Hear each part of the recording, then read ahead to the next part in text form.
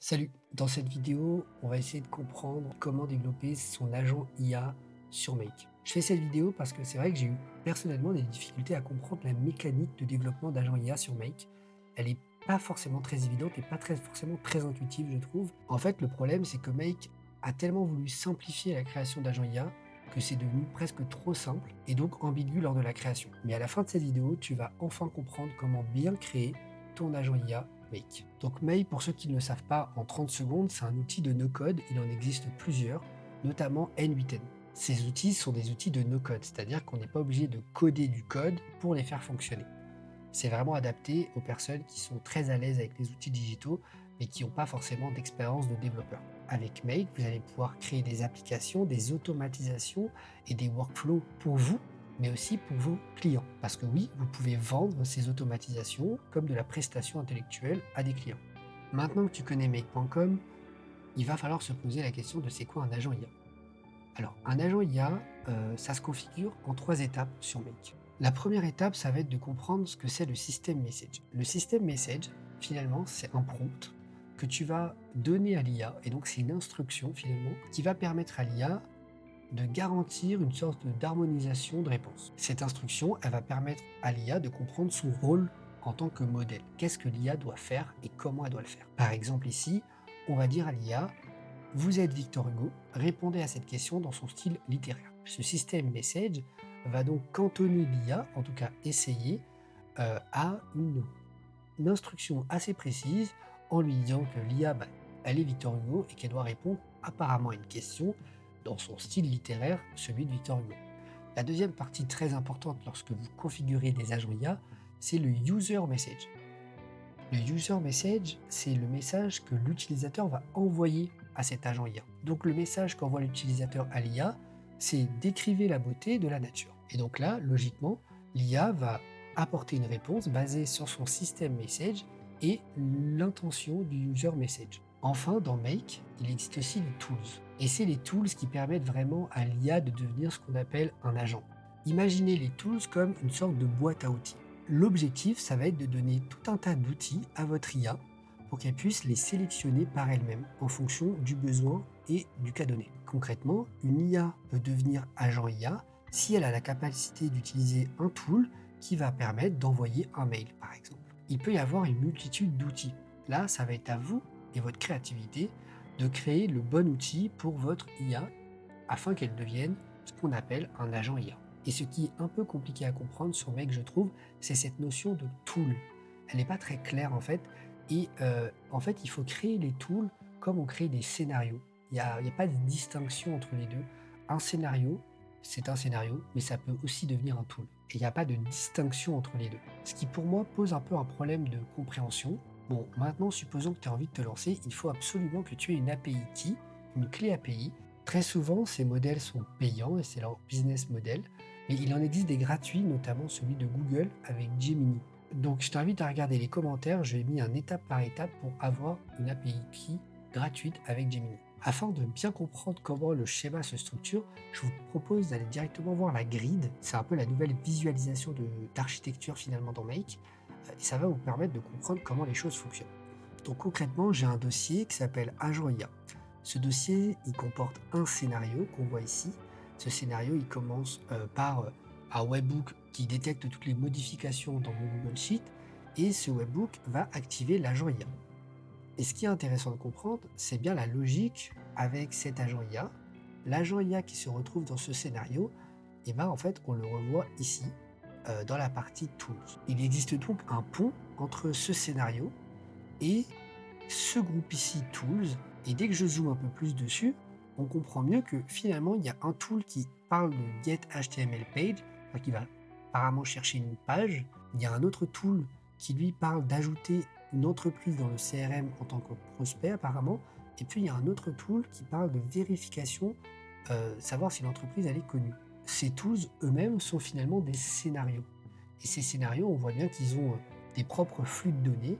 Par exemple, le get HTML page, il va aller récupérer une page web. Maintenant, regardons la structure du projet. Concrètement, j'ai un dossier qui s'appelle Agent IA et je vais l'ouvrir avec vous.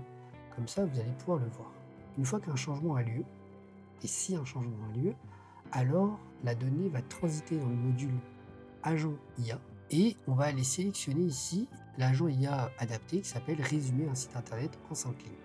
Cet agent IA, il a plusieurs tools d'activer et n'oubliez pas qu'en fait, ce qu'il faut comprendre, c'est que les tools, ce ne sont rien d'autre que des scénarios. Ça veut dire que l'agent IA, il peut activer des scénarios. Ensuite, bien sûr, il y a le message à envoyer. Ici, on a bien affaire au user message. Enfin, une fois que l'agent IA va traiter la donnée, il va nous renvoyer une réponse et c'est cette réponse qui va nous permettre de mettre à jour notre Google Sheet. Allons voir ce qu'il se passe dans le dossier qui s'appelle Tools. Vous voyez bien que les tools, ce n'est ni plus ni moins que des scénarios. Ce qui est important de comprendre, c'est que pour qu'un tool fonctionne dans un agent IA, il faut que le scénario entier ait un trigger spécifique, celui du on-demand. Concrètement, vous le voyez ici dans l'écran, le module Google Sheet a comme spécificité on-demand en tant que run scénario. C'est une spécificité bien propre aux agents IA sur Make et c'est obligatoire si vous ne mettez pas le on-demand dans votre scénario, l'agent IA ne sera pas capable d'exécuter par lui-même le scénario. J'ai 3 outils adaptés qui sont des scénarios, tous on-demand. Bien sûr, il faut les activer, car s'ils ne sont pas activés, l'agent IA ne pourra pas les exécuter. Laissez-moi vous présenter les différents outils que j'ai développés pour l'agent IA. J'en ai un qui permet d'ajouter une entreprise dans le CRM, un CRM que j'ai fait très simple qui ressemble à ça, vraiment très basique, juste pour l'exemple. J'ai un autre scénario qui est un outil pour l'agent IA qui permet lui d'aller scraper une page web. Et puis j'ai un troisième scénario qui permet lui de vérifier si l'entreprise était existante ou pas dans mon CRM. Voilà, maintenant que j'ai expliqué un peu la structure de comment l'agent IA fonctionne, se pose la question de comment le créer. Et donc on va voir ça tout de suite. Pour créer un agent IA, il va falloir aller sur la partie de gauche dans Make et cliquer sur AI Agent. Ici, vous allez pouvoir cliquer en haut à droite sur le bouton Créer un agent, Create Agent, et la première connexion à créer avec Make, ça va être la gestion de la clé API. La chose assez importante, c'est de bien nommer votre modèle, car ça va permettre en fait au modèle d'IA de comprendre quel est son rôle. Par exemple, dans mon cas, je l'ai appelé résumer un site internet en 5 lignes.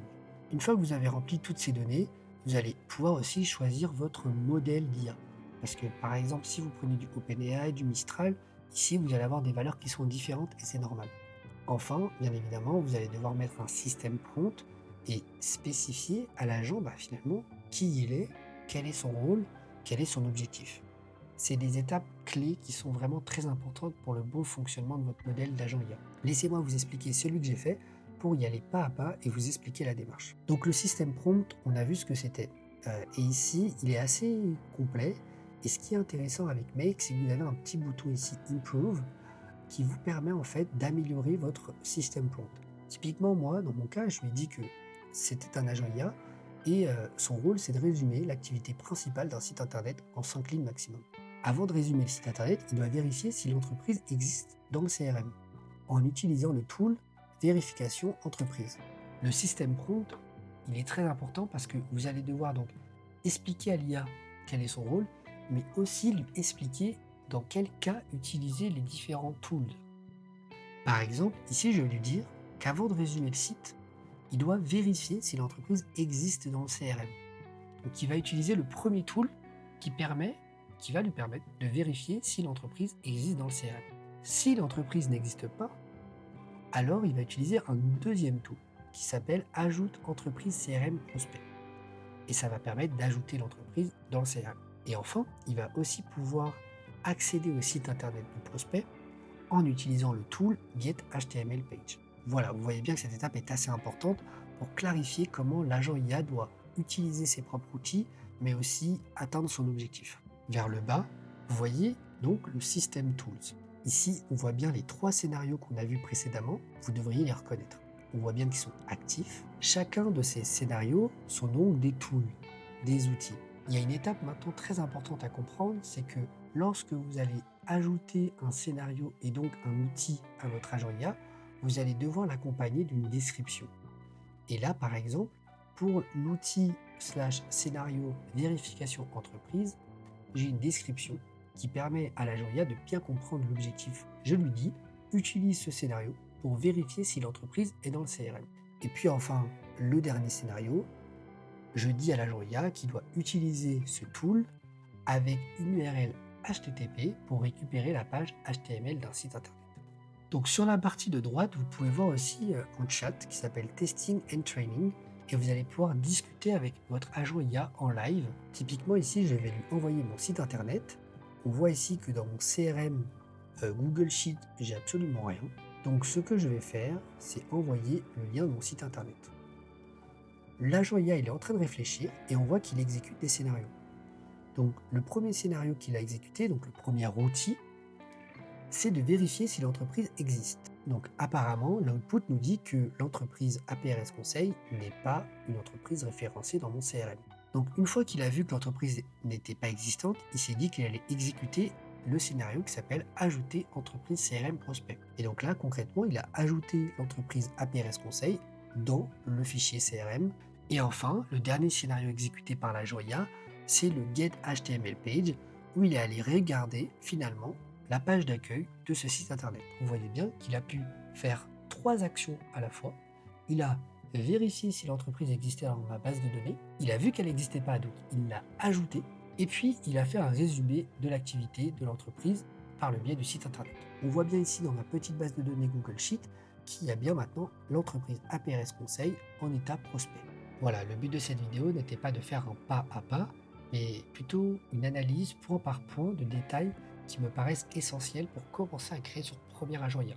Par contre, si vous voulez une vidéo pas à pas pour créer son premier agent IA sur Make, abonnez-vous à cette chaîne YouTube car dans les prochaines semaines, elle sortira. Merci à tous d'avoir écouté cette vidéo et puis je vous dis à la prochaine.